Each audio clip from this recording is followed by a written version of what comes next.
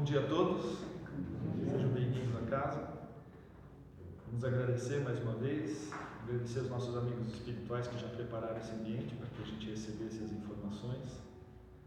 Pedir para que os mentores dessa casa, os nossos mentores, nos orientem, nos acompanhem ao longo do dia, da semana, principalmente, sempre nos intuindo. Pedindo também nos momentos difíceis, lembrar que eles estão sempre ao nosso lado, não ao lado, mas sempre conectados com a gente, então esse é o mais importante. Agradecer a Jesus por transferir todo esse amor, para nós, mesmo que muitas vezes a gente não consiga captar, mas aí é um problema nosso. E pedir para que esse domingo seja um domingo, aproveitando esse dia maravilhoso, um domingo mais iluminado, que a gente possa aprender um pouco mais aí, colocar esse aprendizado em prática. Que assim seja, graças a Deus.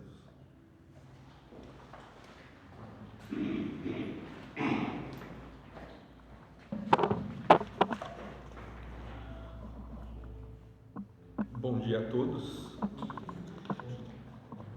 Hoje nós vamos, nesse domingo, dar sequência ao estudo do Livro dos Espíritos, que nós vimos fazendo aos domingos.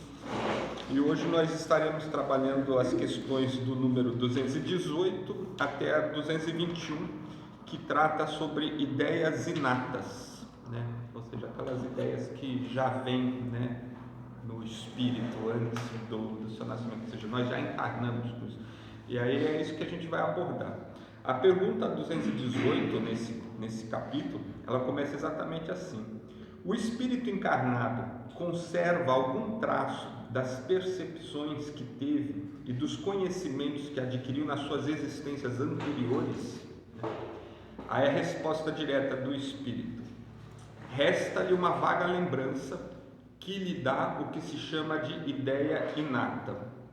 Aí Kardec pergunta, complementando: a teoria das ideias inatas não é então uma quimera? Quimera, só para que a gente entenda, é da mitologia, é um animal, que tem corpo de bode, cabeça de leão, e rabo de serpente. Então era uma figura para mostrar exatamente a fantasia do processo, Então quando você diz aquilo é uma quimera, você está dizendo aquilo é uma grande fantasia, é algo irreal. Então Kardec pergunta: essas ideias inatas, a teoria das ideias inatas, não seria então uma fantasia da humanidade, uma fantasia nossa? Aí o espírito responde: não. Os conhecimentos adquiridos em cada existência não se perdem. O espírito, libertado da matéria, dele se lembra sempre. Durante a encarnação, ele os pode esquecer em parte, momentaneamente, mas a intuição que deles guarda ajuda o seu adiantamento. Sem isso, deveria sempre recomeçar.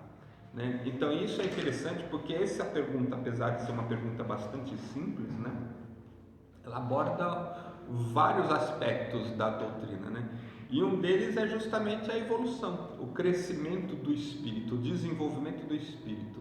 Então o que ele está dizendo aqui? Que o espírito ele vai aprendendo sempre, ele vai adquirindo. E cada encarnação a gente adquire alguma coisa. E nada do que a gente adquiriu no passado fica perdido. Ou seja, você usa hoje. E aí como é que você usa esse conhecimento se ele é inconsciente? Você usa através das suas intuições, você usa através daquilo que a gente chama hoje em dia de feeling, que a gente fala, eu tenho um feeling, eu sinto, pressinto, intuição, uns dizem sexto sentido, mas não importa, você faz uso dessas informações. E aí a gente pergunta, então, e quais são essas informações que a gente realmente registra e mantém, Aí para que a gente possa visualizar isso de uma forma mais lúdica, imagine da seguinte situação: cada um de nós é um ator, certo? Um artista, um ator de teatro, por exemplo, E nós, como atores profissionais, trabalhamos continuamente no teatro. Então, nós estamos sempre envolvidos com novas peças de teatro, novos empreendimentos, novos trabalhos. Cada trabalho desse, nós interpretamos um personagem, né? Quando eu entro numa peça, eu faço um personagem. Eu interpreto aquele personagem. Quanto mais eu me aprofundo naquele trabalho, quanto mais profissional eu sou naquilo, mais eu interajo com as emoções, né? Com os problemas, com os dramas que aquele personagem vive na história. Mas não sou eu, né? É o personagem. Só que eu, como ator, vivenciando aquilo tudo, eu aprendo, né? Eu carrego comigo tudo aquilo que o personagem vivenciou, sem ter sido eu, né? Eu só estou interpretando. E aquelas situações que são colocadas ali, aqueles dramas, aquelas que podem ser desde comédias a dramas intensos, cada um deles traz diversos ensinamentos para a plateia que assiste e principalmente para o ator que interpreta, né? Aí a gente vê essa mudança, a gente vai se enriquecendo. Aí o que acontece? No próximo trabalho, a gente carrega não a vivência, os detalhes daquele personagem anterior, mas a gente carrega tudo que a gente aprendeu. A gente carrega, né, que determinados assuntos motivam mais a plateia, fazem com que eles participem mais. Você tem várias situações que você aprendeu vivenciando aquilo, e isso você carrega ao longo das próximas peças, ao longo dos próximos trabalhos. Então, ou seja, você vai levando. Não importa os detalhes do personagem, mas importa os resultados que as vivências dos personagens tiveram. Isso é que fica no ator, é isso que fica na gente. Então, ou seja, eu vivencio hoje eu sou Adriano encarnado. No momento em que eu desencarno, não estou desencarnando o Adriano, que é o personagem hoje. Está desencarnando um espírito que talvez tenha aí milhares de anos e que talvez já tenha milhares de outros personagens do pretérito. O que está desencarnando é o ser integral, é o espírito no todo, que é a somatória disso tudo. Hoje eu sou uma persona, né, uma personalidade aqui encarnada, mas no momento que eu desencarnar, eu vou ser este que está aqui falando como os anteriores, Antônio, Carlos, João, Maria, Andréia, né? Nós já tivemos tantas, né?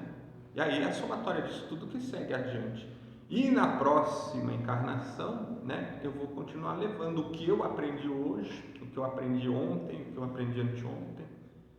Mas não são os detalhes da existência, mas sim as emoções, os sentimentos, os erros e acertos, né, que a gente vai levando. E é interessante porque, na verdade, Deus cria no mecanismo do crescimento, né, a possibilidade que nós cheguemos, né, o mais próximo possível dele. Mas para que a gente chegue lá, a gente precisa desenvolver o nosso próprio esforço, o nosso crescimento. E esse desenvolver se dá através das vivências, né? E aí o que acontece? Ao término disso tudo, a gente só vai acumulando, só vai crescendo. Então, ao mesmo tempo, para que a gente não fique perdido nesse processo, nós temos as causas e efeitos, né? O certo e errado. Nós somos responsáveis pelaquilo que escolhemos, nós somos responsáveis pelaquilo que fazemos, né? Então, se eu planto um fruto amargo, consequentemente eu tenho uma colheita amarga. Se eu plantar um fruto bom, eu vou ter uma colheita boa, né? Isso tudo se encaixa ao longo das nossas existências. Pelo nosso livre-arbítrio, nosso personagem vai escolhendo, caminhando. Ou eu vou para cá, ou eu vou para lá, ou eu planto assim, ou eu planto assado. Mas ao término desse processo todo, o espírito aprendeu pelas consequências das suas próprias vivências. E isso que o espírito aprendeu é o que ele carrega para a próxima vida. E aí Kardec continua perguntando: que pensar então das histórias das crianças? Peraí, eu peguei a pergunta errada, desculpa. Voltando para a pergunta certa. Aqui, ó. Deveria haver então uma grande conexão entre as duas existências sucessivas, né? Porque o Espírito diz: a cada nova existência, o Espírito toma o seu ponto de partida daqueles que estavam em sua precedente existência. Ou seja, se eu recomeço da onde eu parei, teoricamente, Kardec pergunta, então deveria ter uma uma continuidade, né? Então, por exemplo, eu fui até um ponto nesta vida, então na próxima eu continuo da onde eu parei e sigo adiante. Por exemplo, se eu era um médico pesquisando, acabou minha experiência aqui na Terra como médico pesquisador, então na próxima eu já continuo de novo médico, já venho pesquisando, né? Ou seja, já aproveito tudo aquilo que eu tinha, né? Aí o Espírito responde, não, nem sempre. Aí ele diz assim, ó, nem sempre tão grande como poderia ser, a vossa inteligência poderia supor, porque as posições muito frequentemente são bem diferentes e no intervalo entre uma encarnação e outra, o espírito também pode progredir. Então, ou seja, o que acontece? Às vezes a gente tem, numa determinada existência, um desenvolvimento intelectual, moral, voltado para um lado. Você atingiu seus objetivos naquela encarnação. A próxima encarnação, você talvez mergulhe, né, num personagem que tenha uma ramificação completamente diversa daquela anterior. Então, teoricamente, não vai existir uma continuidade naquilo físico que você fazia anteriormente. Mas para o espírito tem, porque você continua carregando tudo aquilo que você já aprendeu. Então, você já sai com uma base, que é a base das experiências vividas, dos resultados que você obteve na vida anterior. E esses resultados são relacionados principalmente ao uso do intelecto e da moral, ou seja, a forma como você tem, a facilidade que você tem de compreender as coisas graças ao avanço intelectual do seu espírito ao longo do tempo, né? Associado às qualidades morais que você também aprimorou ao longo do tempo. Isso é a base da sua próxima existência. E a gente vê isso muito nítido, né? Quando a gente vai para as creches, para os berçários, né? Para aquelas escolas, pré-escolas, né, onde as crianças têm 1, 2, 3 anos, né? Você as vê todas mais ou menos na mesma faixa etária, todas mais ou menos com a mesma base, né, a mesma criação, mas cada uma tem um comportamento completamente diverso, né? Cada um tem já, apesar da pouquíssima idade, as suas características personalísticas, né? As suas personalidades. Umas são mais amorosas, outras são mais fechadas, umas são mais expansivas, outras são mais agressivas. Isso tudo são as características que este espírito tem, adquiridas ao longo das suas existências anteriores. Então ele vai continuar, ele já carrega isso, já é inato dele, né? E nesta existência ele vai trabalhar, melhorar, aprimorar, mas ele já nasce com uma base, né? Aí Kardec pergunta ainda, qual é a origem das faculdades extraordinárias que indivíduos que sem estudo prévio parecem ter as intuições de certos conhecimentos, como línguas, cálculos e etc. Aí os espíritos respondem, é a lembrança do passado, o progresso anterior da alma, mas da qual ela mesma não tem consciência. De onde queres que elas venham? O corpo muda, mas o espírito não muda, embora troque de vestimenta. E isso é um caso fato, né? A gente tem registros disso. Aqui mesmo no Brasil nós temos alguns casos relatados, no interior, por exemplo, do Nordeste. Existem algumas crianças, né, que foram documentadas, que nascem, crescem, desenvolvem, por exemplo, falando holandês, sem ter nenhum contato com a língua, né? Você fala, como é que pode, né? A pessoa saber holandês, entender holandês, se tem 2, 3 anos e mal falou português, né? Mas são reminiscências. Então, ou seja, de alguma forma ou outra, alguns espíritos trazem esses arquivos mais abertos. E na pré-infância, principalmente ali, né, nesse começo, onde a mente ainda está se formando, né, o cérebro ainda está em desenvolvimento, a criança ainda está aprendendo a fazer as suas associações mentais, né, ela tem mais flexibilidade para usar esses arquivos. E aí vem à tona lembranças de vidas anteriores. Mas ela não entende que é lembrança, ela simplesmente está usando um arquivo que ela detém. Então, por exemplo, quando a gente fala em línguas, todos nós aqui provavelmente já falamos todas, né? Já vivemos nas nossas encarnações anteriores em praticamente todos os cantos do mundo, consequentemente aprendemos a nos comunicar em todos os idiomas possíveis e imagináveis. Mas nós não lembramos de nenhum, né? Não conseguimos carregar isso.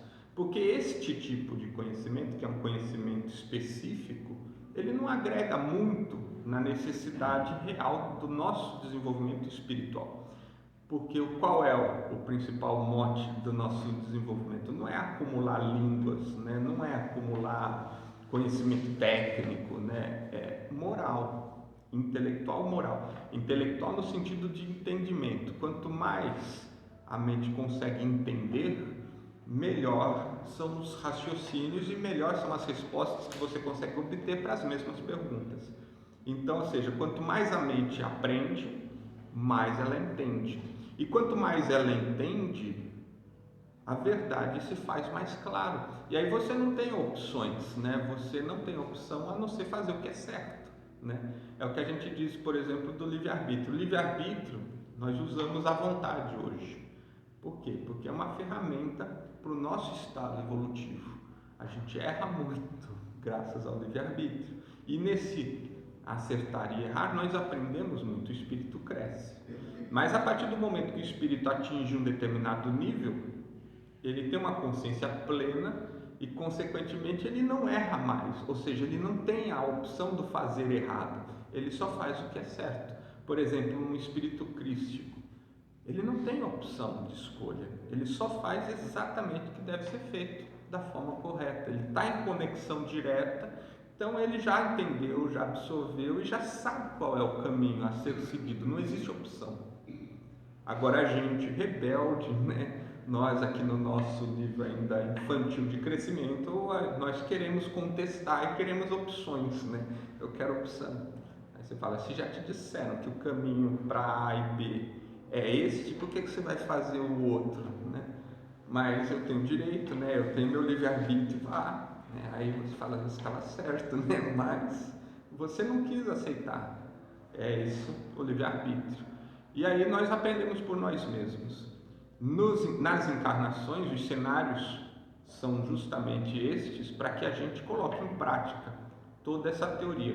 Porque se a gente só aprende na teoria, não consegue internalizar esse conhecimento. E a internalização do conhecimento, ou seja, aquilo que você realmente domina e é pleno na sua mente, ela só se dá através das experiências. Quando a gente era criança, a maioria de nós, pelo menos, eu posso falar por mim, né? Nós não gostávamos das lições de casa, né? Detestávamos aquele monte de exercícios. Se você já sabe fazer um, por que você tem que fazer 10, né? Então, e era aquele negócio, você tem que fazer. Agora, por que você faz isso? Por que você repete tanto? Que é justamente para que você entenda, para que você coloque dentro de você aquele conhecimento. Senão fica superficial e amanhã você esquece, né? E quantas vezes nas provas a gente falava assim, nossa, se eu tivesse feito mais alguns exercícios, né, eu teria passado, né? Eu sabia, mas não lembro, né? Então, isso acontece. E aí, como é que isso repercute na vida do espírito? O espírito aprende as teorias, o espírito se prepara para encarnar, e aí ele mergulha, sem a lembrança, sem a memória, né?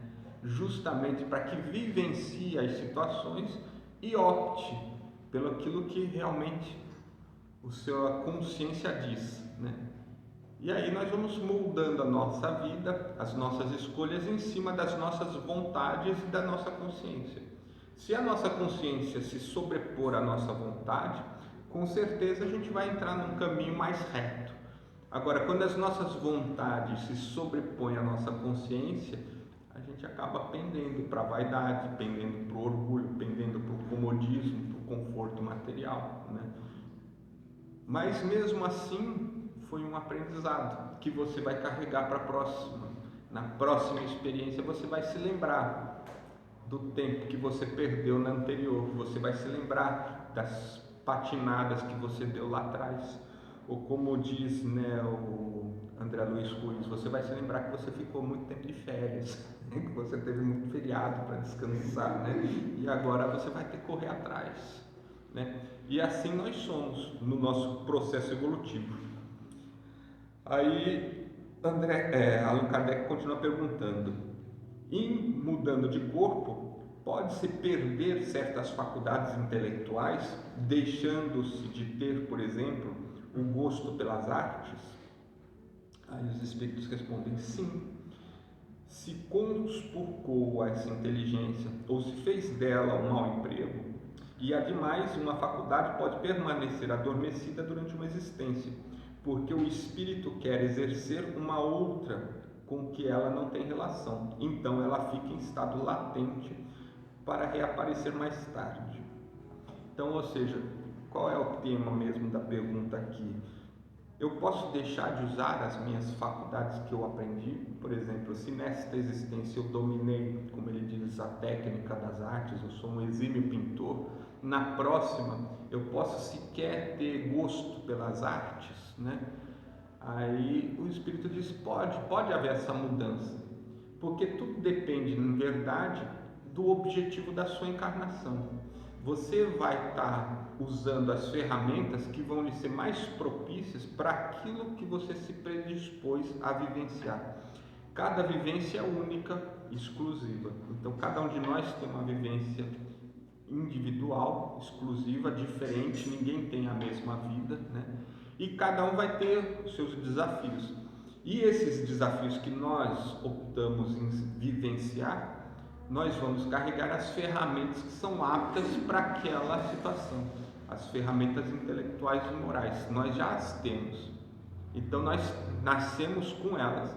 Agora, por exemplo, características que eu desenvolvi em outra existência, que foram úteis naquela existência, talvez nessa não sejam necessárias, e aí eu não as precise, e se eu não as preciso, elas não fazem parte do meu foco, então elas ficam, como ele diz, latentes nesta encarnação.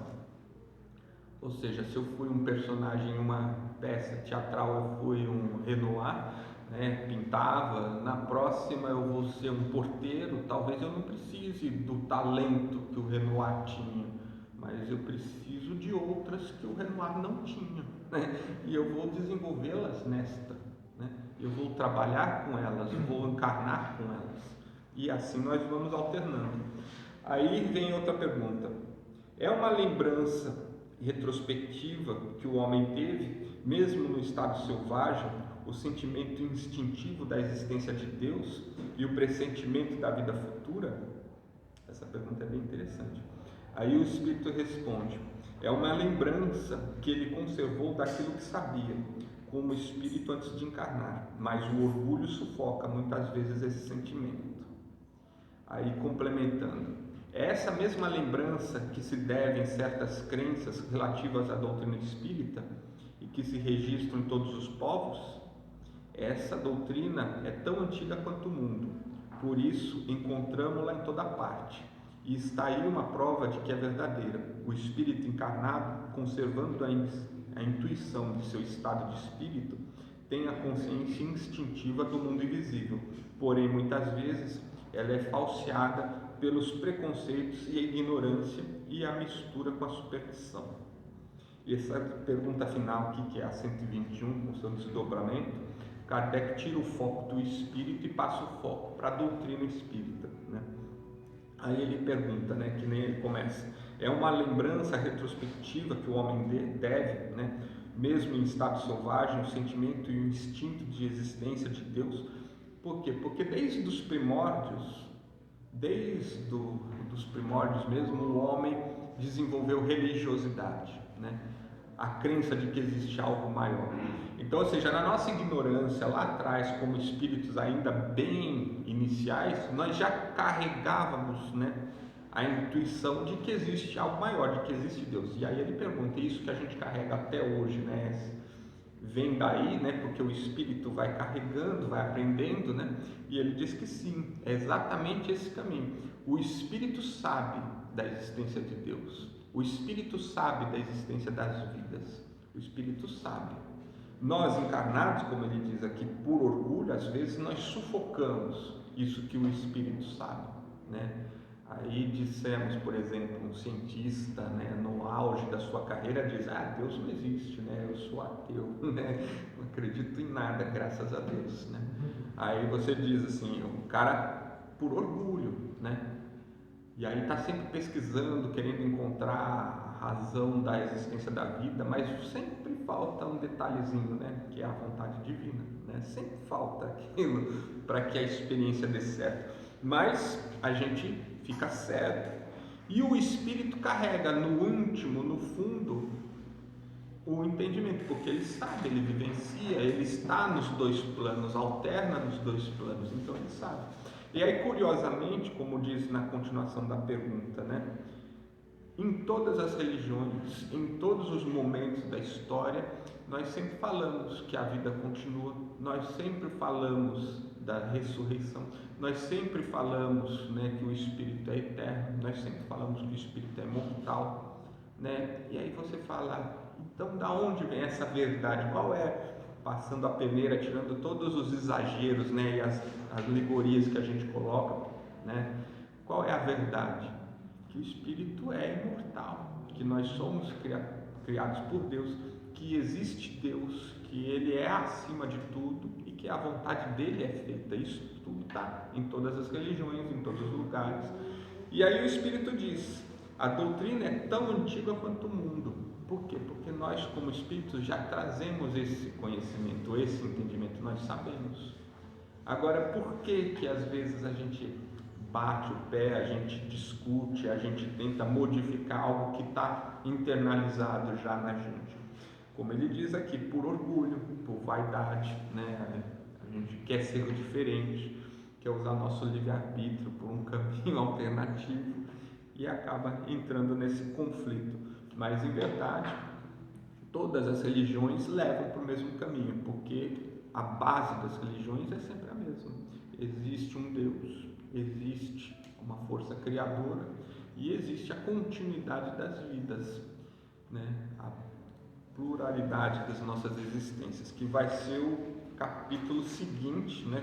Que nós vamos estudar a partir da pergunta 222, que é a consideração sobre as pluralidades das existências, as muitas vidas que nós vamos ter pela frente. Então, o que eu achei mais interessante nessa passagem aqui, nessas perguntas simples, né, é justamente a profundidade do entendimento, porque aqui a gente está discutindo exatamente a existência do Espírito, a formação do Espírito, por que o Espírito existe e como o Espírito cresce. E ele faz uma ressalva muito importante aqui no final da pergunta 218, né, que ele diz o seguinte, os Espíritos, nesse item específico, ele diz: todo conhecimento adquirido em cada existência não se perde. O espírito libertado da matéria, deles se lembra sempre. Então ele faz uma alusão muito clara aqui que no momento do desencarne, né, no momento que você retorna, se liberta da matéria, seu espírito, ele deixa de ser aquele eu, última personalidade. Ele se lembra do todo, ou seja, você reativa todas as suas memórias, você volta como um espírito completo, não é só a última existência. Nesta existência, nós podemos ter escolhido caminhos A, B ou C, motivados pelas nossas últimas vivências, motivados por alguns desejos que nós carregamos no nosso inconsciente, né? E de repente, no momento em que a gente desencarna, vendo o todo que nós somos, né, a gente realmente entende os nossos desvios, os nossos acertos. É nesse momento, talvez, que aquilo que na vida inteira aparentemente a gente não entendeu faça sentido. Talvez seja nesse momento que você dê um pulo, né? E é aí que as coisas vão crescendo, vão mudando. Então, por isso que Jesus, em todas as suas passagens, ele nunca se preocupou com o passado, ele só se preocupa com o que a pessoa entende no momento e qual a opção que ela vai fazer daqui por diante, né? Ou seja, ele só se preocupa se a pessoa realmente entendeu, compreendeu. A partir do momento que você entende e compreende, a mudança já está feita, você já é diferente. Por mais que queira ou não, né? Você já é outra pessoa no momento que houve a compreensão.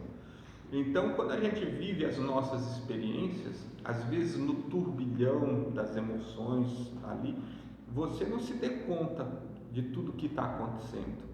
E na passagem, pós-passagem, como ele diz, o espírito também evolui, né, também cresce no intervalo entre uma e outra encarnação. Talvez naquele momento, do lado de lá, é quando faça sentido tudo aquilo que você vivenciou, todas aquelas emoções, aquela problemática, de repente você fala, nossa, agora eu compreendo, né? E é nesse agora eu compreendo que seu espírito galgou um degrau, né? Que seu espírito subiu mais um pouquinho, e a gente vai continuando. Aí a partir dali é uma outra base para uma outra existência, para uma outra encarnação, e a gente vai desenvolver outras situações que vão provocar mais um degrau conquistado ao término. Então, ou seja, não existe vida perdida, não existe encarnação desperdiçada, não existe nada disso. A gente está sempre aprendendo, sempre acumulando conhecimento, acumulando experiência. Em determinado momento, essas peças se juntam, se encaixam e você completa o quebra-cabeça do seu crescimento moral, espiritual. E assim a gente segue. Era isso que eu queria passar para vocês. Espero que tenha feito de uma forma clara, né? Porque é bastante interessante pensar nisso, né? E é muito libertador, né? A partir do momento que a gente consegue realmente observar que a nossa existência é realmente momentânea e que são experiências que nós estamos tendo justamente para nos aprimorar, né? Fica muito melhor de entender, né? Do que sobre a sombra e das dúvidas e do medo e da insegurança, né? O que eu estou fazendo, para onde eu vou, né? A gente vai continuar crescendo, a gente vai, ao término de tudo, se tornar uma pessoa melhor do que éramos ontem, isso é fato. Então sigamos confiantes, acreditando, né, na bandeira do nosso Mestre Jesus. Então nós vamos aproveitar o momento, fechando os nossos olhos, agradecendo aqui ao Pai, ao nosso mentor, aos guias que trabalham conosco aqui na casa, agradecendo pelo momento de esclarecimento, de entendimento, que nós possamos realmente aprofundar nosso conhecimento em cima de tudo isso que já foi passado, que toda essa teoria possa se transformar em prática na nossa vivência do dia a dia, que possamos assim, com a maior brevidade possível, galgar os degraus necessários para o crescimento moral, a ponto de nos livrarmos, né, de provas e expiações, adentrando realmente no mundo de regeneração, e que assim possamos, de fato, vivenciá-la no nosso dia a dia. Que assim seja.